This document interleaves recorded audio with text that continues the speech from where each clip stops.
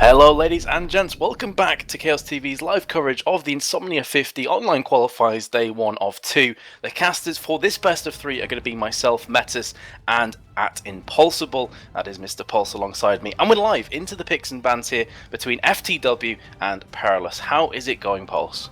It's going pretty well, thank you, Metas, and it's nice to be back casting and finally getting into the rhythm of things again as we approach Season 4. But Zeref, Lee Sin, Gragas, Orianna, Renekton, and Shen will be banned.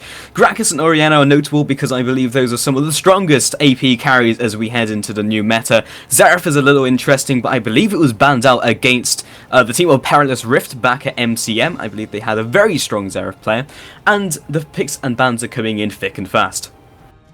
Yeah, and they are actually incredibly fast, the picks as well. They just pretty much insta-locking. Now it's got to that kind of lull in the picking stage, but that was a very quick. Jarvan, Vayne and Elise all being locked in. And it's also interesting as well, Pulse, I'm not sure if you saw on Reddit that Complexity's Prolly, I should say, was talking a bit about his Ask Me Anything, and he was talking about what he believed were going to become those staple champions in mid, and he mentioned Orianna as being a must-pick or must-ban champion, so not too much of a surprise to see that getting taken out instantly from the side of Perilous. Yeah, absolutely. There's lots of good ball carriers, and if you look at Orianna compared to all the mid laners that were last nerfed, she's basically the only one who got out scot-free. Maybe you could argue Fizz, but now he's a little more situational. You can also look at Kassadin. Arguably, what he had done to him was not a nerf. It may have also been a buff, or no matter how you look at it, he's still extremely strong. So he would be another priority pick. We might see one of these teams bringing it out. Of course, for this tournament, Jinx will be banned as she is the latest champion. Jarvan has been picked up. Looks like both of these teams going for a pretty solid teamfight composition. We'll have to see what Perilous Rift bring out to complete their composition. They might go for a kind of more protect the Vayne setup, especially against a heavy diving team of Jarvan and Lulu. Yeah, so they're hovering over potential Syndra and Warwick lock-ins here, but just switching over to Thresh, and they seem caught in two minds between a few mid laners. Victor was picked before and then changed over, but with 5 seconds has been locked in again here. Thresh has just been taken, and with 1 second, it looks like they're going to be going for the Irelia instead. So really keeping us on our toes. Yeah, I was talking to Afro Angel before this game, and he was like, name me a support. And I said, Heimerdinger. And he said, a legit one. And I said, okay, show me your Mad Life skills and Fresh. And that's what they brought out here, so it's nice to see he came through with his word there, metas. And Irelia in the top lane, a little bit dicey. I feel like now with the phase changes, Irelia can definitely catch up to a lot of top laners, and that really helps some of the pitfalls in the laning phase, so it's a little bit more safe. But there's a lot of bad matchups for Irelia, especially, well, Renekton's not open, they banned it out, but still, first picking the top laner before you know exactly what's going to go there from the enemy team, a little more risky than maybe saving that till the last pick. Yeah, it certainly could be, but they didn't have too many options though, Pulse, because they need to pick their top or mid laner there, neither of which have been locked in thus far from FTW, so it was a case of being on a razor's edge. If you lock in your mid, you're going to always be potentially counter-picked by the opposition, but as you say, Irelia's going to get locked in against Jax now from FTW, and they're also going to lock in the Ahri, so hasn't managed to get banned out and will be picked up. Again, he's one of those top tier mid laners right now. Yeah, Ahri has had some nerfs. I'll be interested to see how Ahri does or fares against what Perilous Rift will bring out here.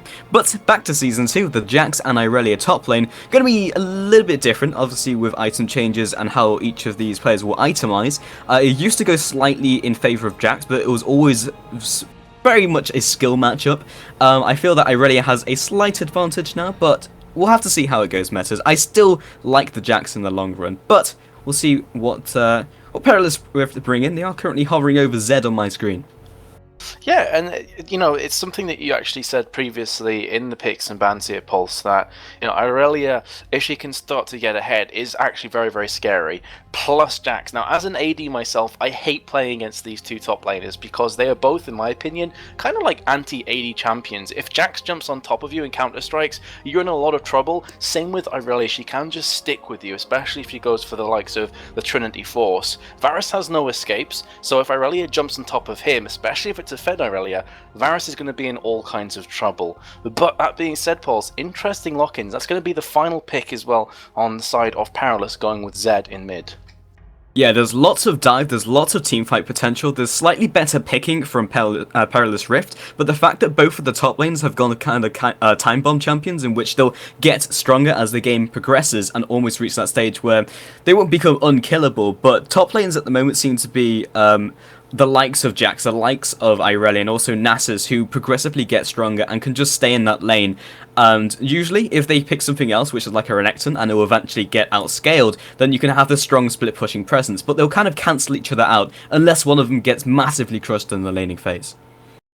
Yep, so we're on the delay right now, ladies and gents, so we're going to cut to a very quick commercial break, and rejoin us will be live for game number 1 in this best of 3 in the quarterfinals of the Insomnia50 online qualifier day 1 of 2 between Perilous Rift and For the Win. We'll see you right after this short break.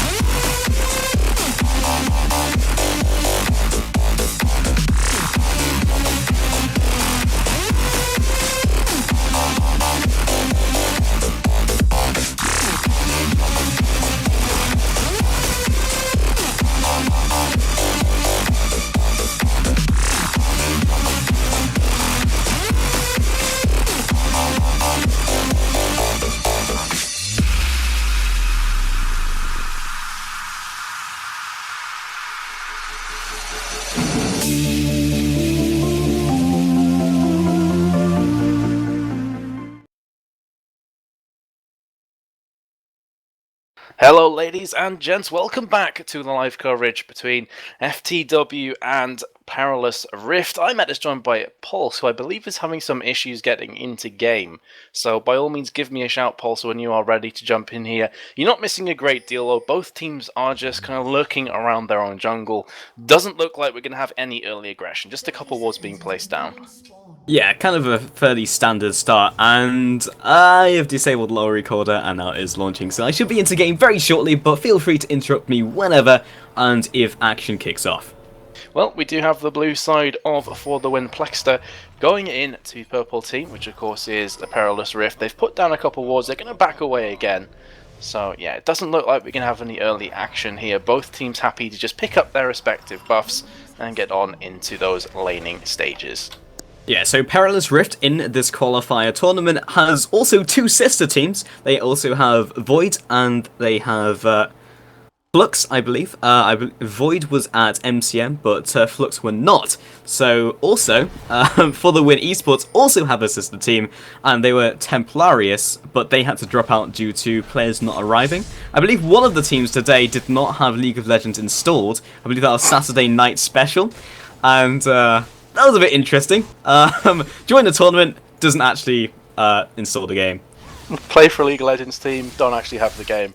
That's some pretty awesome logic right there, but hopefully it has been all resolved. It's a bit confusing for me, for my simple brain to handle, Pulse, but we have a lot of different teams with similar names in the tournament, but I'll do my best to stay on top of that. Regardless though, both junglers are taking their first buffs away. Jarvan's already heading up to his blue buff, and Elise onto red. So pretty much standard lane-up matches though here, Pulse, no one switching around. Yeah, junglers going for very standard routes as well, where they'll just go for the double buffs and get the level 3 and look for a gank in the top lane. And both of these lanes are very good at setting up ganks. Equilibrium Strike is a great tool for doing so. So is Jax with Counter-Strike. Very, very even. It depends if they want to bump heads or not. I would say that Jarvan loses in a 1 versus 1 trade against Elise, so he doesn't want to go there first, because if he's engaged on, that could be a nasty place to be in. He's going to try his look at level 2 Pidgey in the mid lane though. He's going from the brush, and not sure if he can do so, as Pidgey is just backing off, but he gets hit by the charm! He does, and is forced to instantly flash away. So that is going to give both Jarvan and Ahri pretty happy times in mid, honestly, because if Living Shadow is on cooldown, Pulse, that's pretty much a sitting duck in mid lane. Top lane, however, Insert's in a lot of trouble. Muffet coming around the side, the Cocoon will miss, but Jax did burn the flash as well. So solo lanes from either side have burnt a flash apiece. Yeah, lots of aggression coming out. Next time around in the mid lane, he won't have it available, and looks like Jarvan is looking to put down the pressure, knowing that Summoner spell is on cooldown, and plus, so is Living Shadow, going for the flash and the engage! And that is going to be First Blood coming in from Dragon. A beautiful charm, actually flashing into charm and the ignite, and also Jarvan has burnt his flash, but very much worth it for that First Blood, Pulse. And on Ahri as well. It could not have started any better for FTW. Yeah, absolutely. It's all going to come down to whether Zed can burst down the Ahri, and having that huge level deficit and also the gold deficit that's going to come from that kill is really going to hurt Zed, at least for the short term, until he can start getting farm, start getting levels. He is an AD champion, so he will scale up slightly later when we get into the latter parts of this game, but Ahri for the mid game will be in very good shape. Certainly the case. Has gone back, picked up a second Doran's Ring and cloth armor. Can definitely understand why. It's going to give a bit more hit points, and on top of that, the armor is going to mitigate a lot of the damage coming down from Zed, who, of course, if you didn't know, is an attack damage mid laner. So looking pretty precarious, to be completely honest. And Zed's came back with Boots of Speed and a Sight Ward. Completely understandable there, Pulse, because he's been camped pretty hard in mid thus far. Yeah, indeed. Bot lane, though, Lantern comes out and they've gone for the gank.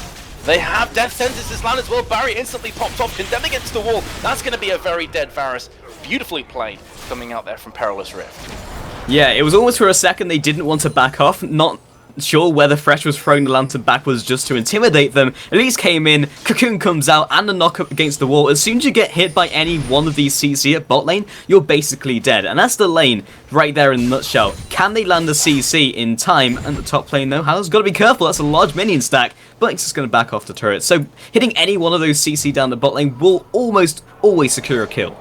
Completely agree. It's like chain CC on top of each other, Pulse. As you say, land one, you pretty much land them all. And even though barrier was popped from Kron's and the flash as well, still went down to the hands of Elise. maybe would have been slightly happier if it had gone to Vayne, but it's a real nitpick there. They got the kill, that's all that matters. Yeah, indeed, and especially from purple side, Elise has easier gank routes. He can go all the way around and come through the tri-bush, or you can just gank through lane. That's one of the major things about having a fresh lane, is gank routes are a lot easier. He'll probably want to apply some pressure into the top lane, make sure that Irelia keeps her advantage over Jax. He's doing pretty well at the moment, slight CS advantage, nothing really to write home about, but as long as they can keep that ball rolling and make sure Irelia is always stronger than Jax, they'll have a more of an advantage when we get into the later parts of the game. What I would like to bring a bit of attention to, however, is even with that first kill at bot lane going down, Varus is still mounting up a pretty nice CS lead on top of the Vayne here as Ari is going past the tower looking for the kill. Does not have any mana remaining. He's going to be going back in again. The auto attack not quite enough to finish that one off. And somehow, someway, level 2 Pidgey manages to escape with a slither of health. Meanwhile at top though, Pulse looking like Elise wants to make some big plays. Yes, indeed. Pops out of the brush, hits the cocoon. Not sure if this is going to be enough, but they're definitely going to try. Counter-Strike comes in, and that's all he really needs to get out of dodge. But in the mid lane, Shag did come in and started to seize his tower. Hey, it looks like we will have the first tower of the game. Going to for the win, plextor. Yep, and that's all as a result of Dragon putting down a lot of harassment on level 2 Pidgey, forcing him to go back to spawn. So they will be picking up that first tower, and they also got the first blood as well. That is transitioning into nearly 2,000 gold advantage. And the question now, Pulse, who's going to go first for that Dragon? Because with the mid tower being down, that's going to alleviate a lot of pressure for FTW. Yeah, indeed. Neither of the top laners have teleports, so FTW are going to have the slight advantage when it comes into contesting that Dragon. At the same time, though, it's very difficult to play against, especially when you have a Fresh in that claustrophobic environment. Landing that, and also the little bit of AoE that Zed has, if he lands his spells on more than one person, not only can they assassinate one person with the damage amplification from Deathmark, he can easily transition onto another person. That's not really the environment they want, but at the same time, Lulu Wildgrowth into Jarvan Cataclysm as well. Lots of CC, but in the bot lane, Afro Angel dropping up red.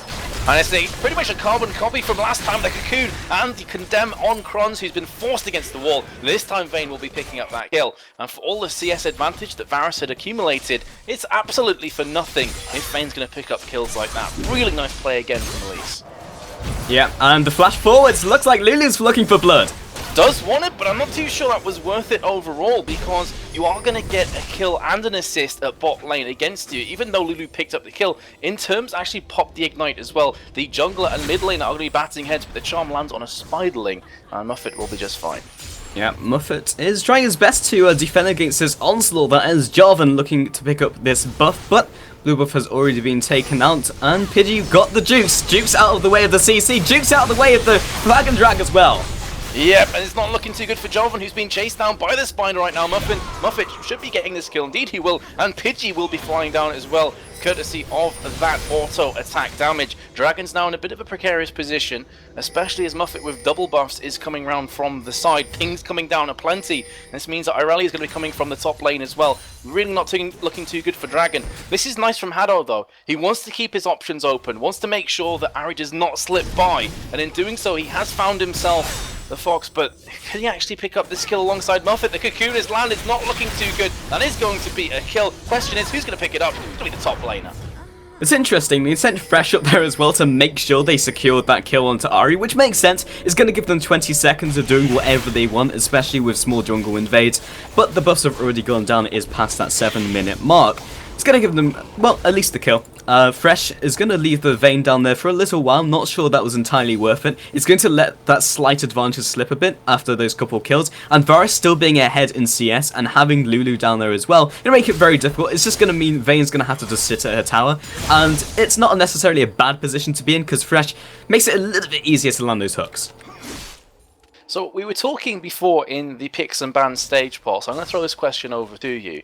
Top lane, having a look at it right now, 56 farm on Jax compared to 53, so very much even, but with Irelia with that first kill and the blue buff, which of these two top laners do you see coming out the lane stronger? What do you think is going to have the biggest impact going forward into this mid-game?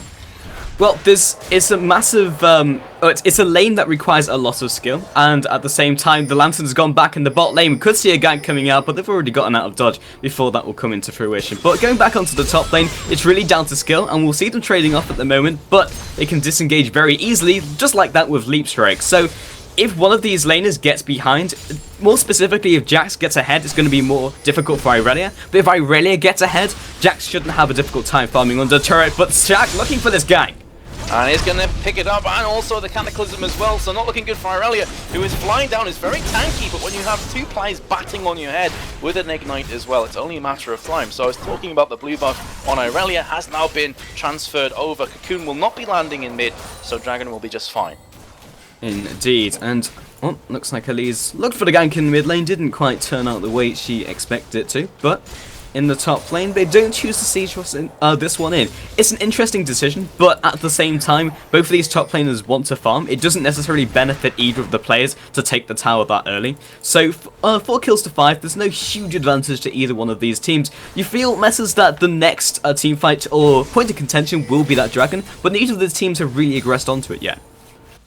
Yep, absolutely, and I was expecting, as I said before, with the mid tower going down, maybe you were going to see For the Win plextor trying their luck with the dragon, but thus far I've not really been giving it a shot, and I would just like to give kudos here to the AD carry of Crohn's, who has died twice, has been camped, you could say, from Elise at bot lane, but still nearly has a 40 CS advantage over Vayne with dying twice. That's pretty impressive, Pulse.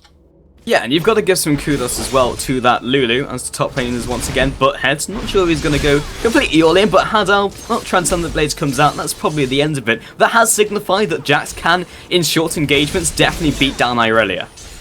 Yeah, and he's going to constantly do this with the blue buff as well, because the cooldowns and the mana regen are just king over Irelia, and he's a level ahead on top of that. So this is allowing Jax to be a bit of a bully at top lane. Bot lane seems like there's going to be 6 players occupying this short area, and actually Thresh is going to be falling to the Ignite auto attack. In the meanwhile, Muffet and Snitch are looking for that kill on the opposition support. Condemned through will actually be pushing Lulu away, and this could actually mark the end of engagement, or will it? Because Shang is going in, flagging and dragging, and the Cataclysm as well. Snitch is forced to flash away, and also tumble, and that's going to leave Crohn's in a fairly precarious position against Muffet, but do they have enough damage? Zed is coming in as well. Here comes a repel from Muffet, who's managed to get away. Auto attack will finish things up, but the double kill on Zed could prove to be so crucial. Dragon is looking for a kill, however, onto the AD carry of Vayne, is forced to back away. The charm will be landing, and the Dragon Strike misses from Shag, but he manages to pick it up with the auto attack. Question now, will Pidgey claim the kill back and get some vengeance for his fallen AD carry? The answer is a resounding no. So, after all of that bloodshed, it's now 7-7 on kills. Yeah, that was a 2-for-3 trade, slight advantage to For the Win plextor, but it was just players trickling in left, right and centre. The mid lane's finally coming in, and well, Zed's still looking for kills. One combination will be able to take down either of these players, and one of the reasons they're backing off behind that turret. But I can't really place who actually took the major advantage from that method. However, now with all the players converging on the bot lane and forcing Shag and also Dragon to back off, looks like we will have Perilous converging now onto the Dragon. Very little they can do about it. Varus can poke, Lulu can do that as well. Whether it will be enough to stop them and deter them from taking Dragon is another matter entirely. Yes, it's going to be difficult here for following Plextor to pick this one up, because they didn't have Jarvan there. It was just luck, Lulu, I should say, and she's just not going to be picking that one up unless a train wreck occurs for Perilous Rift. They will be picking that one up. But to go back to what you said previously, Pulse, it was a really hard one to call because so much happened at bot lane. What I would say though, that Perilous Rift, in fact top lane, the two top laners are going after each other. Will they last tower shot do the damage? No, it will not, and Insert will manage to escape in that 1 versus 1 under the tower. So that goes to show Jax is pretty big right now. But to go back to that point before, Zed got a double kill and they got the Dragon. So I would definitely say that Perilous Rift came out of that skirmish at bot lane ahead. Yeah, bot lane was already doing well, and the only weak part of their team thus far was Zed because he was first blooded. After that kill, it's going to put him in a much better shape, mean that his scaling is a lot better, and Shaq now transitioned into the top lane. So again, Plextor taking advantages where they can take them, and 2 kills, well 2 tower kills I should say, 2-0 has increased their map vision, map control, will make it very difficult for Perilous Rift in, well, the upcoming next couple of minutes. Death sentence comes through there from Thresh, will not be connecting an Afro Angel. It does recall back to spawn. Level 2 Pidgey's coming down. There's no ward coverage, and actually Vayne's going ham right now, and that should probably alert this bot lane that it's a bit too much to deal with. And Lulu will be going down to Zed, so he's converted those 2 kills into a brutalizer and is now starting to smash the support. This could be alarm bells beginning to ring here actually from FTW. There's a lot of threat from both of these teams' metas, and when we get later on into the game, it's just a question of which one of these threats gets the most fed and can just murder everyone. Because if anyone gets fed, like if Vayne gets fed, she'll basically 1v5, but she can't 1v5 in this situation. The gank comes in, Cataclysm comes out. It does, but there's so much shield right now. It's going to be going backwards. However, Dragon Strike again will prove to be too much. Level 2 Pidgey's now in a really precarious position, trying to save his AD carry. Will be falling to that one. Flash from Afro Angel away from the flag and drag. Will be igniting onto Shag just to push him away and say, you do not want to tower dive me right now. Still, they pick up a 2-for-0 trade with both the carries falling from Perilous Rift. Yeah, back and forth action, and honestly, you just can't quite place it. I feel that for the win, plextor will have a slightly better team fight, at least in the mid-game, until level 2 Pidgey gets rolling. And especially when he hits the late game, he should be able to assassinate any one of these big threats we were previously talking about. Maybe not the Jax, but definitely someone else. Muffet looking for the gank in top lane though, got the red buff for the slow. He's definitely looking for this one to be the game changer as he looks for the cocoon in 1 second and lands it. Not looking good for Insert. Counter-Strike comes out though. This could spell the end. Should be able to get away, especially as Dragon is up as well. How much will they commit, and will it be too much? Because Dragon's going to land the charm and head out. He's doing so much damage himself, especially with that Spirit Rush, on top of the fact he's still got Ignite up. So Irelia will be falling. And pixel perfect timing, I have to say, from Dragon, reading the situation before it happened. Managed to get up there and turn that 1 versus 2 gank around in their favour. Yeah, really nice reaction play, and they seemed quite desperate to try and pick up the kill onto Jax because he is starting to edge ahead in that lane. That's very difficult. This is what we were saying before, Messes. If one of these laners gets ahead, they'll probably stay ahead. There's not very much that the other laner can do in terms of outplaying the opponent when that stage happens, but Deathbot comes in the mid lane.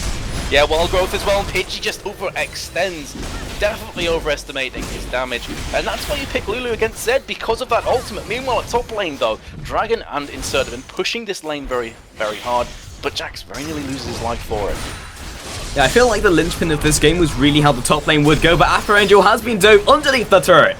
And that's probably going to be a kill. Yes, it will. And it's actually Jarvan that takes that one down. Can Hano pick up the pieces, however? I'm not too sure. Jarvan's very big. The Chains of Corruption come through from Varus. It's not going to connect, but it will deter her out long enough to allow Jarvan the 4th to escape. He's going to flag and drag over the wall, and he'll escape to victory. Yeah, indeed. What I was saying before was that I feel that the linchpin of this game, even though it didn't look like it because it was a very slow top lane, is whether who gets ahead in that top lane or whether they stay even. Because as long as they stay even, the rest of the game will not kind of sway either way. And if they stay even, then they'll get stronger, and then there'll be huge teamfight presences. I still feel Irelia's teamfight presence is a lot stronger than Jax. He's always had problems with being kited, but Phage has really helped that in that regard. But Irelia finds it much easier to stick to an AD carry. But the fact that Jax is getting ahead in this game, and well, in the lane and in the game, means that he can start transitioning into different lanes, start teamfighting himself, and there's very little that Irelia can do, because she has to stay in that lane if Jax returns, but at the same time can't fight him.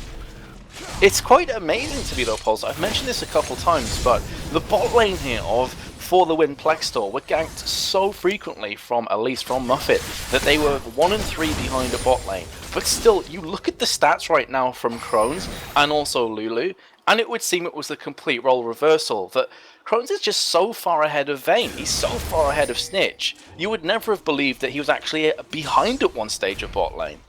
Yeah, it was really well played. It was just kind of the lane matchup and how Snitch could never quite get in lane because Lulu was zoning out Afro Angel, meaning that that was also in turn zoning out Vayne. And even though they had those kills, they have to get massively ahead to make sure that Vayne can start zoning out Varus. And even if she does, then she's putting herself away from the minions. Muffet finds himself caught by Shag. It doesn't look like they're going to go all in, but has forced the smite to come down. Elise was probably going to be the target for Blue Buff to go to regardless, but it's not going to hurt them too much. With Dragon spawning in 15 seconds though, looks like both these teams angling for a kill.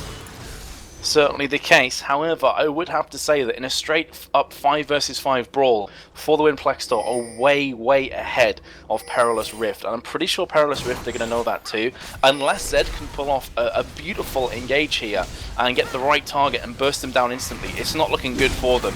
Let's see if that's going to happen. It's pretty much a knife edge here. It's going to be Jarvan smiting that one away. Here comes the 5 versus 5 engage. Chain of Corruptions, however, will not be landing. That's a big part of the onslaught from FTW off the table. That being said, it's a 1-for-1 trade with actually Varus taking the forefront. He does not want to be on point right now. AD carry out of position, forced the barrier and flash through the wall, and now it's just gone horrifically wrong. As the piercing arrow comes through, they will answer back on the support of Thresh. However, Pidgey chasing down Dragon, who doesn't have a great deal of mana. Snitch alongside. Have they overextended? Yes, they have. Piercing arrow claims that kill. Has been sped up now from Lulu, looking to finish things off onto Pidgey. Does have the red buff. Here it comes. They're gonna take down Pidgey at the end of that. That was just a case of both AD carries overextending, and I have to say, if that Chain of Corruptions had landed from Varus earlier, that could have been a whole different story and drag. That could have been a 5-0 exchange.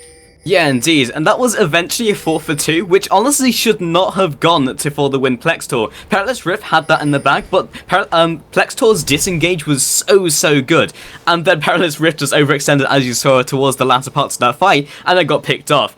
At the start of the fight though, they only had Jax to kind of stall the back line. He had stalled 3 players from Perilous Rift, but he couldn't kill them and he couldn't quite catch up to them, so he had to back off. Then Shag saw the opportunity and realized that Jax had stopped them from, had basically stopped stalling them. He jumped in with the Cataclysm again to stall them for another couple seconds, but again, they had to deal with them at some point. It meant that after the first couple seconds of the fight, Perilous Rift was stronger, but it still meant that if they engaged straight up after that point and they had brawled again, then Perilous Rift would have won. But because plextor just disengaged and Perilous Rift knew they were stronger, they ended up overextending.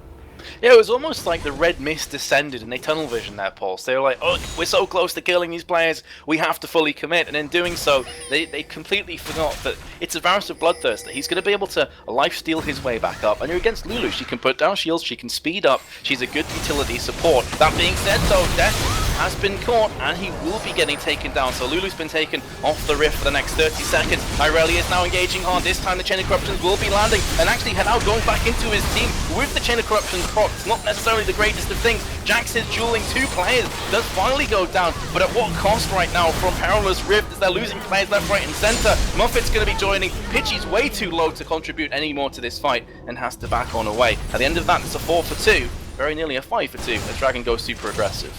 plextor are playing these fights really well. Even though they can't instantly destroy the backline, they're stalling them as long as they can with champions, and then having them back off and then splitting up the team fight. In both of these fights, Messers, you've seen them really just clump up, stall the back line, and then take people out one at a time. Scatter the roaches. And honestly, Perilous Rift can't keep themselves together, and that's not the type of fight they want anyway. They want people to be dueling 1 versus 1. Irelia is a duelist, but she's 1 and 5. And Vayne is also a duelist, but she's always been zoned out by the Jarvan Cataclysm. So while they have a very good protection team for Vayne, she's not far enough ahead, and Irelia isn't far enough ahead to dive on the AD carry, which is causing major issues in these fights. I also feel that on top of that, the only player that is really a threat right now to For the Win plextor is Pidgey. It's Zed. But you have a look at the characters they've picked against Zed. They've got a Lulu, who has Wild Growth that is going to counteract a lot of the damage that Deathmark does. And already Dragon's picked himself up as Zhonya's Hourglass. So again, you are just going to mitigate all of that damage. The fact that Dragon is so big and is playing so well in this game just means that even if Pidgey does get a good combo off, there's so much follow-up damage from the opposition that it's just not looking good. That's what's been happening in these fights. Shag goes again for a potential engage, gets Cocoon. I'm not too sure they want to engage this though, because plextor are just so stronger at this point in the game. Yeah, indeed, and usually at this stage in the game you would say, well, all Perilous Rift need is a pick, and then they go for a team fight. That's like their best case scenario. But we saw that happen in the jungle. 4 versus 5, For the Win plextor was still vastly stronger, even in that scenario. So it's just a question of what can they do. And now that plextor are ahead, they're just going to try and get the picks themselves. However, Dragon in really bad shape.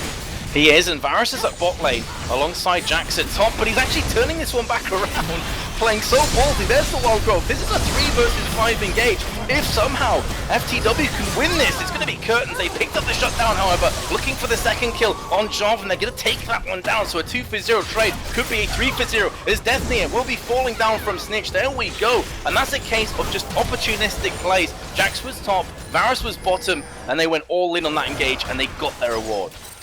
Yeah, and Hadal gets picked up in the meanwhile. Insert trying his best to zone them away from this turret, but caught him in that rotation into mid lane.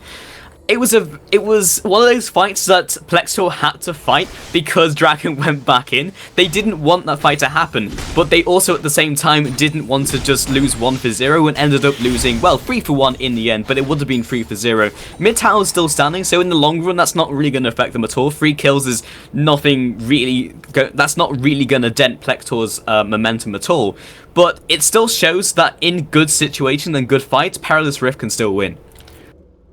Yeah, certainly the case. However, what's going to be a bit of a body blow is, yes, they finally got the shutdown gold on Dragon, but look who got it, Pulse. It was Thresh. That's not ideal. You'd rather have, you know, Zed, Irelia, or Vayne taking down that bounty, but it was actually Thresh. Insert's now in a pretty scary position, counter-striking away. Here's a Cocoon, however, and Snitch from the backside. Jax is very tanky, but you got 2 players chasing him down. Make that 3 now as Thresh is joining the fray from the side. Do they have enough damage to pick up the kill before the tower? Yes, they do. As a second Cocoon lands, but in doing so, Pulse, they've opened up the potential Dragon here from FTW. Yeah, and that's all they can really claw back from this game. They have to make these plays, but it's sacrificing so many members to make that happen. 3 players was really what was required, and now we can see For the Win just kind of collapse onto them if they want the fight, but Jarvan's gone to the bot lane. He's dithering about it, he's hesitating, he realizes this might be a fight that they want. Yep, Charm and the Orb of Deception land from Dragon, and that is enough to push Muffet away. So, they're not going to be backing on away. Shaq's actually gone in for the Cataclysm, and now it's the opposite here, as for some reason, Perilous Rift have been caught out of position. Vayne was too occupied with going for red buff, and that's going to be a free kill. Make it 2 kills, actually, coming down from FTW, and that could actually convert into a Baron here, Pulse. It definitely looks like that's going to be the case here, Metas, and they're in a very difficult position. It's a very difficult game for Perilous Rift to play, because they're so far behind. Either they get a pick, and then they sacrifice 3 members to do so, or they just go 5-on-5 or lose, I should say, or they try and defend the turret or make a play at Baron. This is really last chance saloon.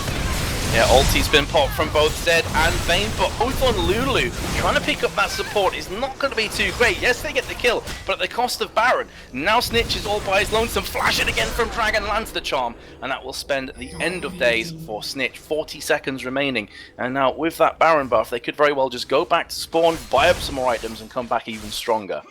Yeah, Perilous Rift lose the Baron, they also lose the AD carry. Won't be an issue when it comes to the next fight, but it's just a matter of whether they can go for a fight. The first turret of the game goes down for Perilous Rift in the form of those minions, but it's just not looking good across the board. I'm not even sure that Irelia can actually fight Jax, but he's going to back off because of the minion stack. Either way, they're going to make a good pushing call. This is a good timing call that they've made, but it's kind of a drop in the ocean when you look at the game as a whole. Yeah, certainly the case, because you got a tower, you got 2 towers, fair enough, but you can look at the gold differential right now. It's about, well, nearly 10,000 on the board at 28.5 minutes, 5-2 on towers as well. So in terms of global presence, FTW plextor are just leaps and bounds ahead. They've all got a few bob to spend as well, a couple of players and over 1,000 gold, so when they do go back to spawn, they're going to be finishing off some key items. And you look at the differences in items as well, Pulse, it's pretty staggering. Look at Irelia's items, not really that big for nearly 30 minutes through the game. Yeah, and it's Perilous Rift relying on their playstyle of kind of dueling it out and going for those 1-versus-2s or 2-versus-2s in these team fights and kind of splitting it up. But at the moment, even though plextor, that's the style they're going for as well, they Cataclysm in, or they have Jax use be that big enough threat with his Counter-Strike stun that they have to back up themselves. That, in theory, should benefit Perilous Rift. But because they're so far behind, it doesn't matter that they're playing duelist champions, they still lose. And that's the predicament they're in. They could just try and defend against turret dives, and they can definitely do that with Fresh, but it's not a big enough threat, especially if Snitch gets caught. Oh my good lord, Dragon has just instigated Vayne. All by his lonesome, will be potentially falling. No, he won't, because Wild Growth comes down from Lulu, and the Chain of Corruption as well. And that was all off the back of one beautiful charm landing from Dragon, and also the Death Fire Grasp. And with Vayne being dead for 30 seconds here, Pulse, they should have free range to just push this bottom tower down. Yeah, and Dragon can be another form of initiation for them now with Zhonya's. He can be as aggressive as he likes, lands a charm, he can go all in, Zhonya's happens, and then they follow up. It's very difficult to play against, having those different avenues of initiation. Afro Angel just kind of pushing them on back, along with Muppet, but honestly, they just can't do anything at all. And Irelia is being pushed out by Jax. They're just all being pushed down. They have to go for a team fight and try and get a good trade. Well, Vayne has respawned, so maybe this is the time to do it, but Muffet is taking so much damage. Cataclysm as well will be popping Irelia in a heartbeat. That's not something you say too often. And here comes Dragon once again. Spirit rushing in. Death Sentence lands from Afro Angel underneath the tower, but it's just going to get popped down regardless. Double kill from Dragon. Hungry for more. Coming around the side onto Pidgey, and the GGs are called as a surrender vote comes in. And unfortunately, from Perilous Rift's perspective, Pidgey just didn't evolve into Pidgeotto, Pulse. It didn't really happen for them. Yeah, indeed. They couldn't really hit that big transition phase onto the late game. And I feel that stemmed from having Irelia as an earlier pick. They could have maybe done something to shut down Jax and then picked up their mid laner first. It could have worked, but it was kind of what we were talking about in the champion picks and bans metas. It's like, well, they'd pick themselves kind of into a corner. It's like, well, do they pick the mid lane or do they pick the top lane and have it potentially counted? That's probably the best they could have hoped for, Irelia versus Jax, which is a skill matchup. But as soon as you start wavering, as soon as you start falling behind, the rest of the game will follow. Yeah.